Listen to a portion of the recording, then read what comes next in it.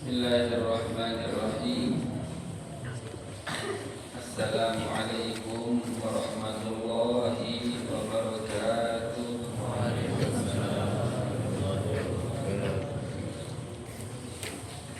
Alhamdulillah.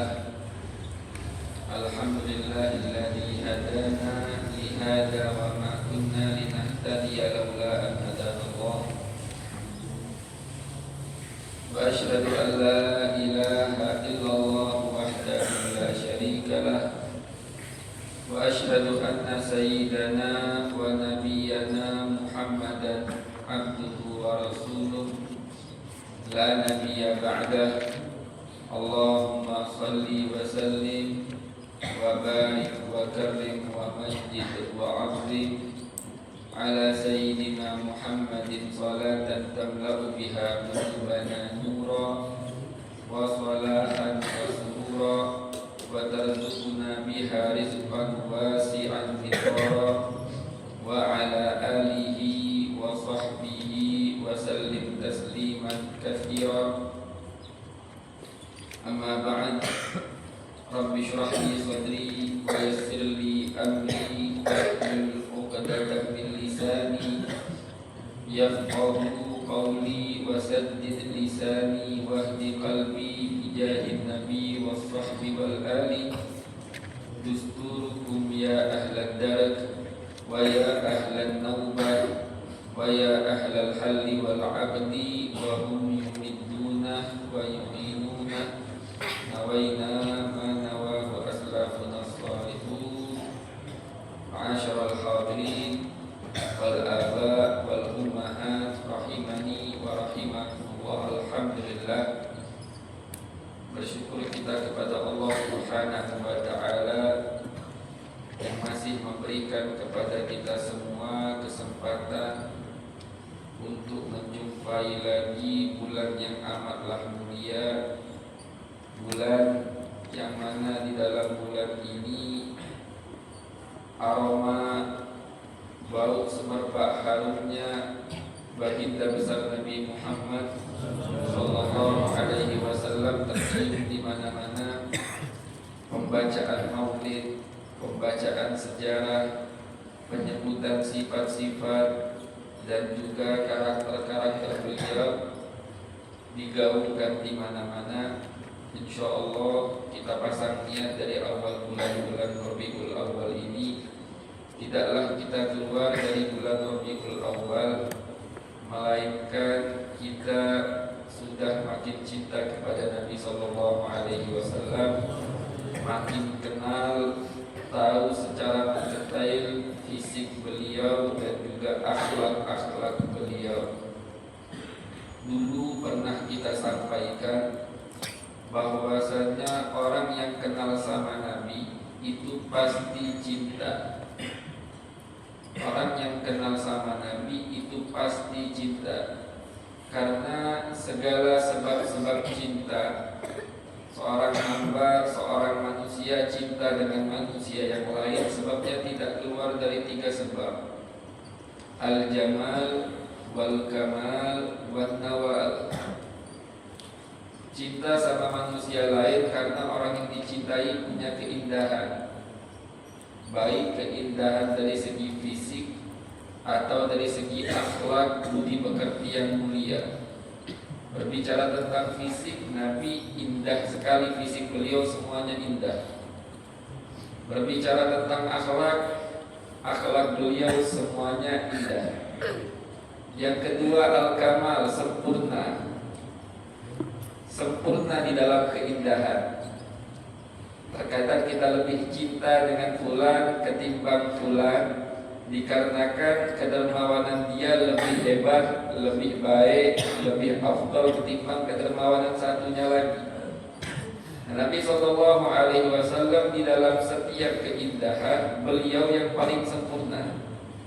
Terkadang contoh kita cinta, senang dengan Pak Ahmad atau siapa dikarenakan satu sifat yang sangat unggul ketimbang orang lain, padahal hanya satu sifat. Nabi SAW dalam tiap sifat indah beliau yang berada di puncak tersebut.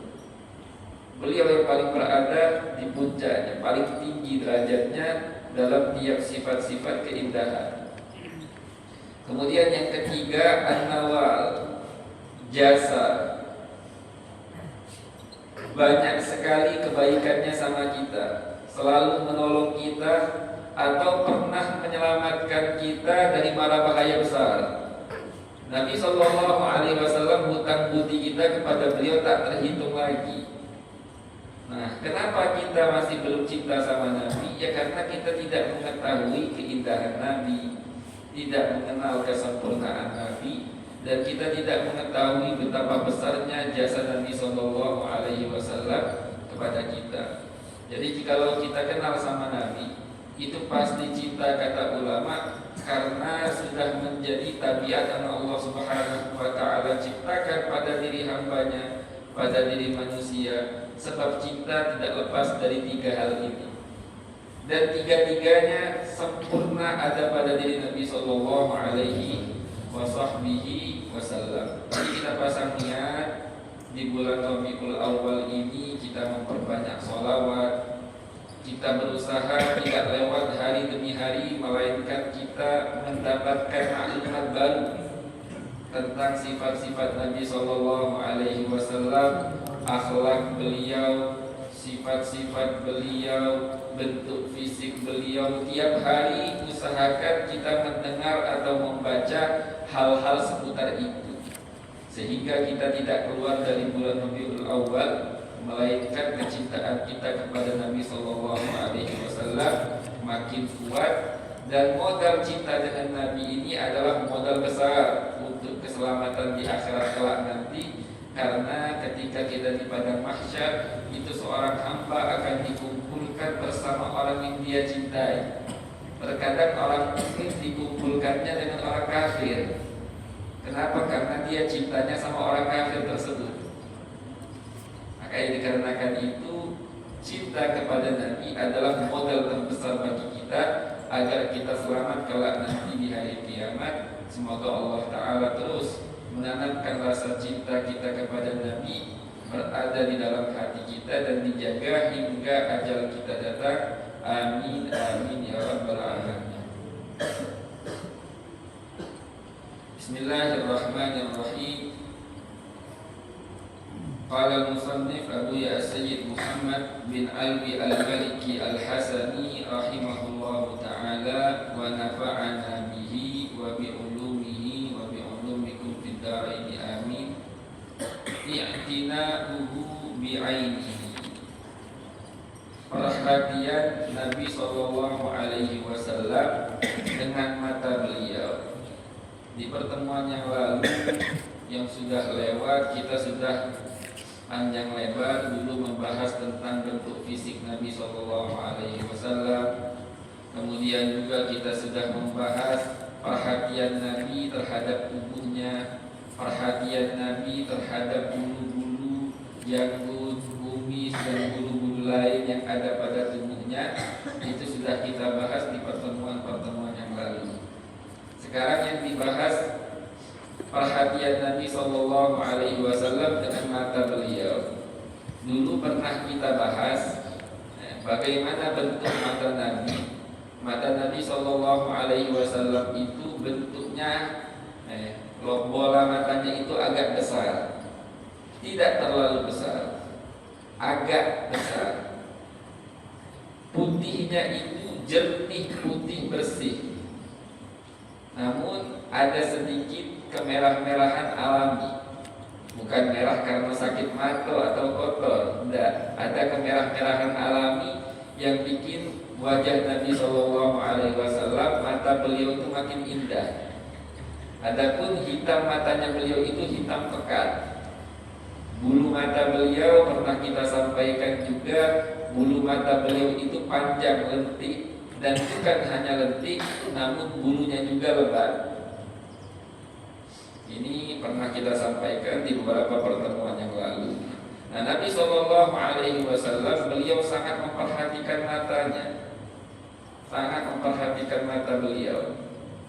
Dikatakan qala Ibnu Abbas radhiyallahu anhuma, Sayyidina Abdullah bin Abbas beliau berkata, anna Nabiy sallallahu alaihi wasallam kanat lahu mukhulatun yaktahilu minha kulla lailatin, bahwasanya Nabi sallallahu alaihi wasallam itu punya celak. Nabi memakai celak itu setiap malam sebelum tidur. Salasatan fi hadihi wa salasatan fi hadihi. Tiap mata dipakai sebanyak 3 kali. Dipakaikan celak sebanyak 3 kali. Ini termasuk bentuk perhatiannya Nabi sallallahu alaihi wasallam dengan mata beliau. I'tina'uhu bi asnanihi. Kemudian kita beranjak ke pembahasan perhatiannya Nabi sallallahu alaihi wasallam dengan gigi-gigi beliau. Dulu kita pernah jelaskan juga bagaimana sifat gigi Nabi sallallahu alaihi wasallam. Gigi Nabi itu warnanya putih bersih, sangat bersih putih.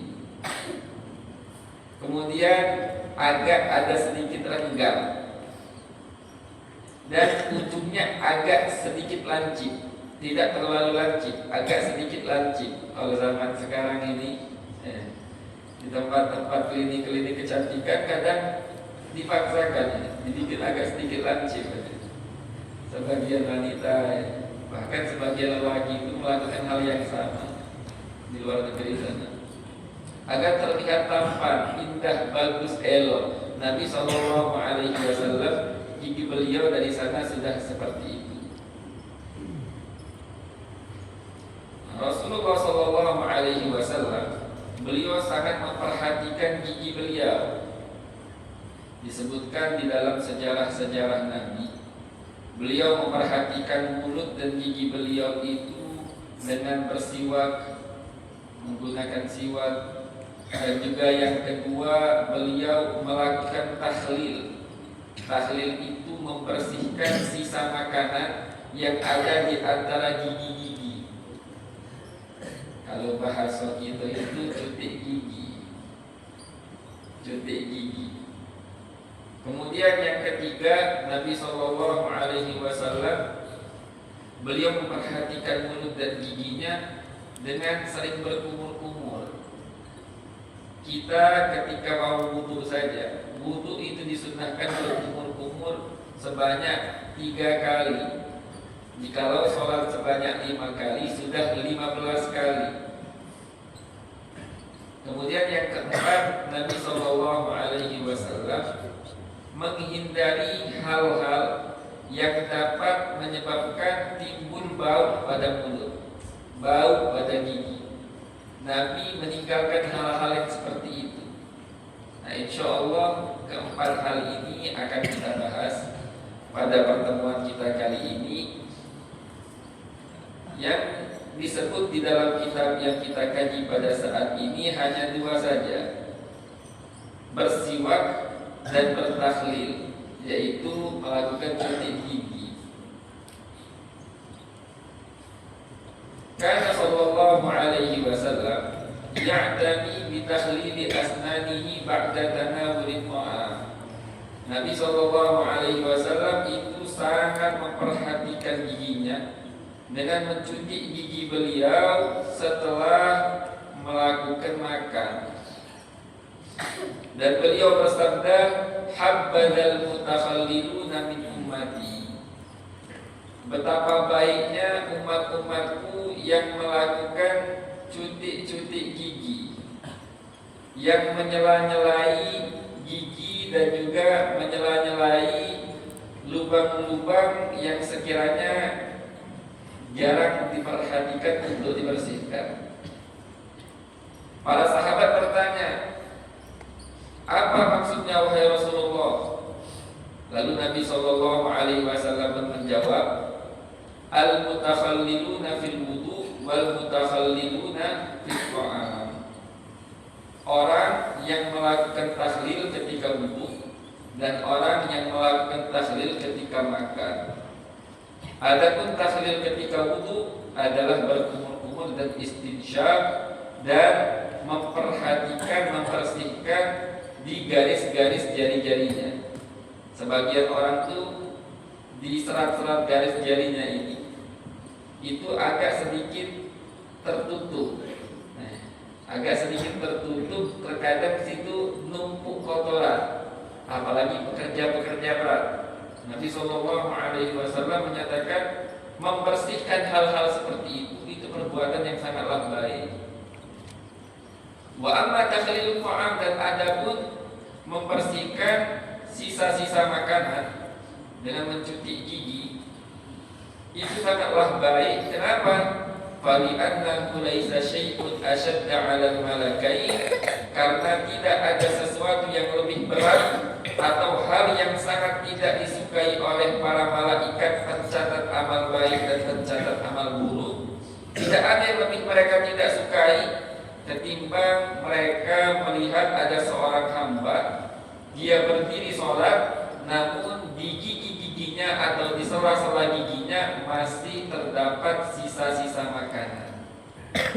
Malaikat Rafiq Atid sangat tidak menyukai hal tersebut, karena ini menunjukkan ketika beribadah kepada Allah kurang memperhatikan kebersihan.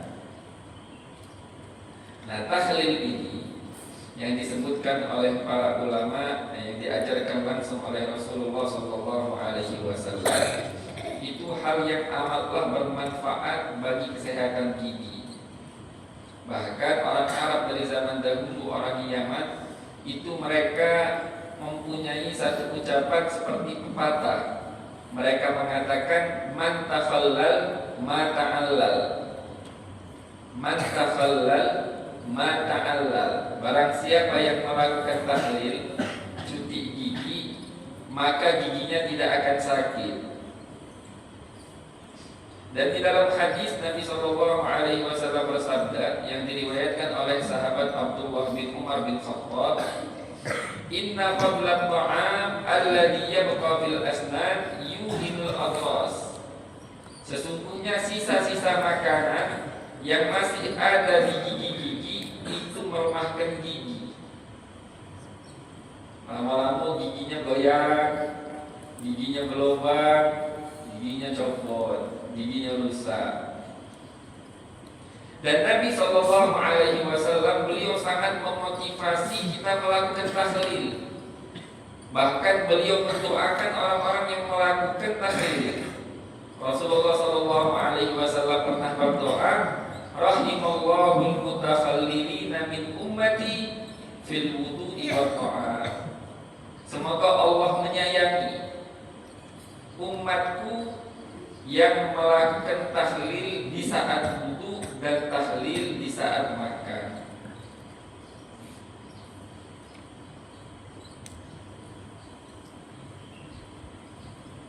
Nah, ulama menyatakan bersiwak saja, sikat gigi saja itu tidak cukup untuk menjaga gigi dari kerusakan. Harus ada juga kita melakukan cuci gigi. Namun cuci gigi ini tidak berlebihan. Cuci gigi pun disunnahkannya sama para ulama itu menggunakan kayu yang sama dengan kayu siwak. Kita mungkin jarang di Indonesia nemu cuci gigi itu terbuat dari kayu siwak. Kalau ada, alhamdulillah. Cuci gigi dari kayu siwak itu sunnah. Kayu siwak itu namanya kayu Arab. Itu diteliti sama dokter-dokter, disebutkan dalam kitab As-Siwak.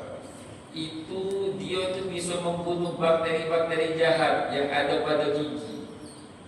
Berbeda dengan sikat gigi atau odol-odol yang kita punya pada saat ini yang kita gunakan. Itu ada penelitian menyatakan bahwasannya dia tuh cuma menghilangkan kuman itu cuma berapa puluh menit baik. Habisnya kumannya hidup lagi. Habisnya kumannya hidup lagi. Makanya banyak dokter-dokter itu menyatakan tentang pembahasan kayu siwak. Di antaranya ada Dr. Abdul Razak Masmud. Beliau menyatakan annal miswak yahtawi ala mawaddin adidatin wa mufidatin la tujadu fi ayyi ma'jun aw munazzi fi asnanin akhar. Di siwak, kata beliau, siwak itu mengandung sesuatu hal-hal yang sangat berfaedah yang tidak dapat kita temukan di setiap odol manapun dan di setiap alat pembersih gigi manapun. Ada juga Dr. Fauzi Razi. Beliau ini seorang dosen di Jami'ah Qahirah Mesir. Beliau menyatakan al-miswak yughni 'anil fursya wa huwa afdalu minha. Siwak itu, kalau kita pakai siwak sudah tidak butuh lagi sikat gigi. Dan siwak jauh lebih afdal timbang sikat gigi manapun. Dan masih banyak lagi ulama dari kalangan muslim ataupun dari kalangan kafir yang menyatakan bahwasanya penggunaan siwak itu jauh lebih baik ketimbang menggunakan sikat gigi manapun. Makanya banyak di negara-negara Arab sana masih banyak juga ada sebagian orang itu mereka tidak menggunakan sikat gigi, hanya selalu menggunakan siwak. Di mana-mana yang dia gunakan siwak. Atau jikalau mereka menggunakan sikat gigi, tapi siwak itu lebih sering mereka pakai ketimbang sikat gigi yang menggunakan odol. Siwak terus selalu dipakai. Insya Allah ketika masuk ke pembahasan selanjutnya kita bahas sedikit tentang permasalahan siwak. Kita kembali lagi permasalahan tentang cuci gigi. Nabi SAW itu memotivasi kita untuk melakukan cuci gigi. Sunnahnya menggunakan kayu arak, yaitu kayu yang kita disunnahkan untuk bersiwak dengannya. Sunnah cuci gigi pakai tangan kanan, bukan pakai tangan kiri. Kalau pengen dapat pahala harus pasang niat sunnah. Kalau tidak dapat pahala. Nah, makanan yang lepas dari sela-sela gigi kalau kita cuci gigi, pakai kayu atau pakai alat apapun, keluar lepas makanan dari sisa-sisa gigi kita jatuh ke lidah kita atau ke mulut kita, itu jangan ditelan. Kalau kita menelan itu hukumnya makruh. Jadi kita lepaskan. Tapi kalau yang lepas dari gigi kita, makanan yang lepas dari gigi kita karena lepas dewek, atau lepas dikarenakan air liur, atau dikarenakan lidah kita dewek nyuntik-nyuntik, tidak pakai alat, nah itu tidak apa-apa, tidak dimakruhkan untuk ditelan. Tapi lebih baik untuk dilepehkan. Apalagi lengketnya di gigi belobang dulu, giginya lah hitam dulu, subhanallah. Jadi kita lepehkan. Ini anjuran syariat. Nabi SAW itu ngajarkan kita segala hal secara mendetail. Dulu sebelum datangnya ajaran Nabi SAW tentang bersiwak, disebutkan oleh Al-Habib Muhammad bin Alwi Al-Idrus Al-Habib Sa'ad. Beliau menyatakan di dalam kitab beliau tentang siwak, itu dulu bangsa-bangsa Romawi itu mereka itu saking bingungnya bagaimana cara membersihkan gigi, membersihkan mulut. Mereka itu berbeda-beda pendapat dokter mereka. Tapi setiap ajaran dokter mereka itu tidak lepas dari mara bahaya lain. Bahkan saking banyaknya perbedaan pendapat antara sesama mereka, itu sebagian dokter itu banyak yang menyarankan mereka itu kumur-kumur pakai air kencing minimal sebulan sekali. Dan ini banyak dilakukan di zaman itu. Sebulan sekali mereka kumur-kumur pakai air kencing.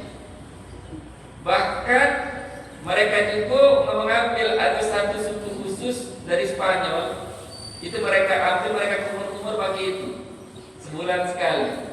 Itu orang yang berduit, baca nantangi dari Spanyol. Kalau orang yang tidak berduit sudah. Bahkan sebagian ada yang kumur-kumur dari kotoran tikus. Ini menurut dokter-dokter mereka. Tapi subhanallah itu menimbulkan masalah-masalah penyakit lain. Sampai datanglah Nabi Shallallahu Alaihi Wasallam mengajarkan tentang siwak, mereka pun sadar bahwasanya ajaran ini adalah ajaran yang terbaik, yaitu dengan menggunakan siwak. Sallallahu Alaihi Wasallam. Jadi tidak salah orang yang ngarang kitab tentang 100 orang besar, orang kafir itu nomor satu yang paling disebut sama dia, yang paling berpengaruh di dunia ini, yaitu Nabi Muhammad Sallallahu Alaihi Wasallam. Ini baru satu aspek tentang siwak, membersihkan gigi. Belum lagi cara istinja, hal-hal lain. Banyak sekali ajaran-ajaran Nabi Sallallahu Alaihi Wasallam. Nah, Nabi pertama memperhatikan giginya dengan melakukan tahlil, cuci gigi. Bagusnya pakai kayu arok. Kemudian ini sunnah setelah makan, ya. Setelah makan sunnah kita cuci gigi. Bahkan sebagian ulama ngomong sebelum siwak dan setelah siwak itu selalu disunnahkan cuci gigi. Disunnahkan bagi kita untuk melakukan cuci gigi. Kenapa? Karena siwak itu hanya membersihkan, bukan tempat-tempat yang dalamnya, bukan di sela-sela antara gigi. Tidak. Kalau siwak itu tugasnya itu untuk membersihkan kotoran yang menumpuk di bagian permukaan gigi. Nah, kalau tahlil cuci gigi itu punya tugas yang lain. Nah, kemudian yang kedua, Nabi Shallallahu Alaihi Wasallam memperhatikan giginya itu dengan menggunakan siwak fi kulli ahwalihi, di setiap keadaannya. Di mana-mana Nabi Shallallahu Alaihi Wasallam selalu menggunakan siwak, tapi tidak sampai terlalu berlebih-lebihan. Kalau terlalu berlebih-lebihan ini kurang bagus. Gusi bakal menjadi lemah, menjadi terlalu lembut, gigi bakal copot. Jadi Nabi sangat sering bersiwak, tapi tidak terlalu berlebih-lebihan. Sekiranya gigi gampang berdarah, tidak sampai seperti itu. Nah, Nabi SAW setiap mau sholat bersiwak. Setiap beliau mau tidur beliau siwak, bangun tidur bersiwak, masuk rumah bersiwak, keluar rumah bersiwak, masuk masjid bersiwak, keluar masjid bersiwak. Ada banyak sekali keadaan-keadaan yang disunahkan bagi kita untuk bersiwak. Sangat banyak sekali disebutkan oleh ulama di dalam kitab-kitab fikih. Kita dulu pernah menyampaikan, pernah sedikit kita menyinggung pembahasan tentang siwak, bahwasanya siwak ini dikarenakan saking banyaknya sekali faedah-faedah yang disebutkan dalam hadis, ada ulama yang menghitung hampir 100 faedah kita menggunakan siwak. Nabi Shallallahu Alaihi Wasallam beliau sangat memotivasi umatnya untuk bersiwak. Sampai-sampai beliau bersabda, "Laula an asyqa ala ummati la amartuhum bisiwak ma'a kulli shalah." Andai kata aku tidak khawatir bakal memberatkan umatku, maka aku akan perintahkan perintah wajib atas diri mereka agar mereka bersiwak ketika hendak melakukan setiap sholat. Dalam riwayat lain, di sebelum setiap wudu. Sallallahu Alaihi Wasallam. Nabi selalu diperintahkan oleh malaikat Jibril untuk bersiwak. Sampai-sampai dalam hadis lain Nabi Shallallahu Alaihi Wasallam bersabda, malaikat Jibril ini selalu berwasiat padaku, berpesan padaku untuk rajin bersiwak, kata Nabi. Sampai-sampai aku khawatir gigi aku ini kalau saking aku seringnya bersiwak rusak. Sampai khawatir itu Nabi Shallallahu Alaihi Wasallam, tapi tidak sampai ke derajat itu.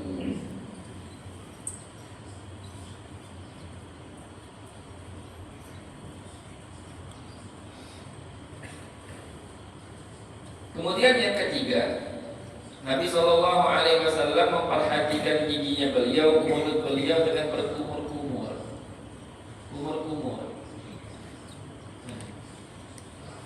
Kita ketika wudhu itu disunahkan berkumur-kumur untuk membersihkan mulut. Bayangin 15 kali dibasuh dalam satu hari. Kalau wudhunya 5 kali, kalau orang yang menjaga wudhu selalu lebih dari 15 kali. Sangat banyak sekali, sering sekali dia membersihkan mulutnya. Kemudian yang keempat, Nabi Shallallahu Alaihi Wasallam menjauhi hal-hal yang dapat membuat bau mulut itu menjadi busuk. Nabi Shallallahu Alaihi Wasallam tidak makan bawang putih, tidak makan bawang merah, tidak makan segala hal yang kata ulamanya itu bakal menimbulkan bau yang tidak sedap di mulut beliau. Sedangkan sahabat-sahabat ketika itu di kota Madinah, mereka sangat terbiasa kalau masak-masakan itu menggunakan bawang putih atau bawang merah. Nabi Shallallahu Alaihi Wasallam tapi tidak melarang mereka. Nabi ngomong, barang siapa yang memakan hal-hal ini, silahkan, tapi jangan kumpul bareng bersama kami sampai baunya hilang dulu. Jangan ke masjid, jangan ikut kumpul sampai baunya hilang dari mulut. Nah, ini bentuk perhatian Nabi Shallallahu Alaihi Wasallam dengan kebersihan mulut, dengan kebersihan gigi Shallallahu Alaihi Wasallam. Beliau pernah berkata kepada para sahabat-sahabatnya, kenapa aku tidak memakan hal-hal seperti itu? Karena aku sering didatangi oleh malaikat Jibril, oleh malaikat-malaikat rahmat, banyak didatangi orang-orang, dan aku selalu menjaga gigiku, menjaga mulutku selalu dalam keadaan harum, menjaga gigiku selalu dalam keadaan bersih. Namun Nabi Shallallahu Alaihi Wasallam tidak pernah mencela bawang merah, tidak pernah mengejek bawang putih, menjelek-jelekkan bawang putih, menjelek-jelekkan bawang merah, tidak. Nabi Shallallahu Alaihi Wasallam itu beliau jikalau disodorkan makanan apapun, jikalau beliau suka, beliau makan. Jikalau beliau kurang suka, tidak suka, beliau hanya tidak memakannya saja dan tidak mencela, tidak mengejeknya sama sekali. Tidak enak, tidak. Sunnah Nabi Shallallahu Alaihi Wasallam la ya'ibut ta'am, tidak pernah mencela makanan sama sekali. Kita tutup dengan satu kisah Sayyidina Abu Ayyub Al-Ansari. Nabi Shallallahu Alaihi Wasallam itu ketika di awal-awal hijrah itu, sebelum rumah beliau dibangun, selesai pembangunan rumahnya, sebelum selesai pembangunan masjid, beliau itu tidur dalam jangka waktu beberapa bulan. Ini di rumahnya Abu Ayyub Al-Ansari. Sebenarnya rumah itu bukan rumahnya Abu Ayyub, rumah milik Nabi Shallallahu Alaihi Wasallam.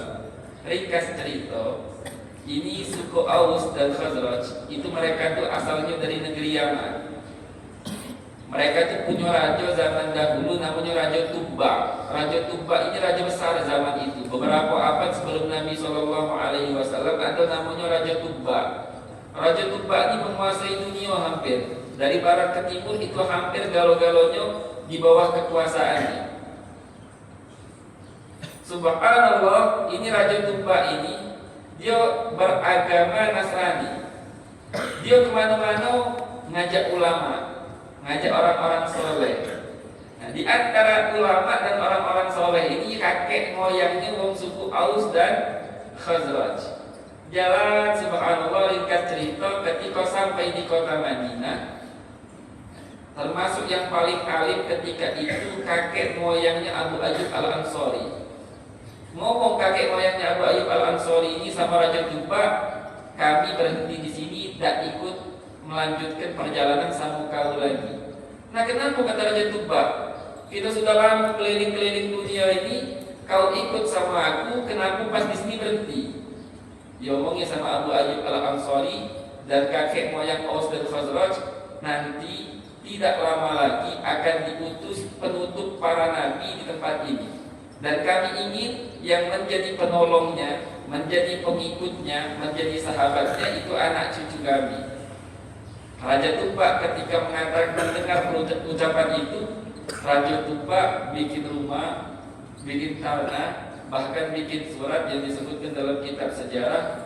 Ini aku serahkan kepada Nabi itu, dan ini surat aku titipkan sama kau. Kalau kau meninggal, kau titipkan lagi ke anak kau, ke cucu kau, sampaikan surat ini kepada Nabi tersebut bahwasanya aku beriman kepadanya. Surat ini disimpan sama kakek moyang Abu Ayyub, sampai ke anaknya lagi, sampai terus sampai ke Abu Ayyub Al-Ansari.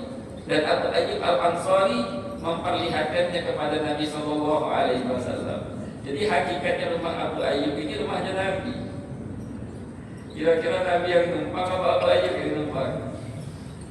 Tapi Nabi Sallallahu Alaihi Wasallam menyerahkan rumah tersebut untuk Abu Ayyub Al-Ansari, diberikan oleh Nabi Sallallahu Alaihi Wasallam. Nah, Abu Ayyub ini tiap hari beliau memasakkan makanan untuk Nabi, selalu dimakan sama Nabi. Nah, enak atau tidak enak dimakan, kecuali satu kali ketika menyodorkan makanan tidak dimakan sama Nabi. Ditanya sama Abu Ayyub, "Wahai Rasulullah, apakah engkau tidak suka?" "Tidak," kata Rasulullah, "karena ini ada saum, ada bawang, dan aku tidak galak makan karena aku selalu bermunajat kepada Allah Subhanahu wa Ta'ala, dan aku sering berbicara dengan orang-orang dan para malaikat. Dikarenakan itu aku menjaga bau mulutku dan kebersihan mulutku." Sallallahu alaihi wasallam. Mungkin sekian. Apabila ada kata-kata yang salah atau cara yang kurang baik, kami minta maaf, dan kepada Allah kami memohon ampun. Bismillahirrahmanirrahim. Alhamdulillahirabbil alamin. Allahumma shalli wa sallim ala sayyidina Muhammadin wa ala ali sayyidina Muhammad.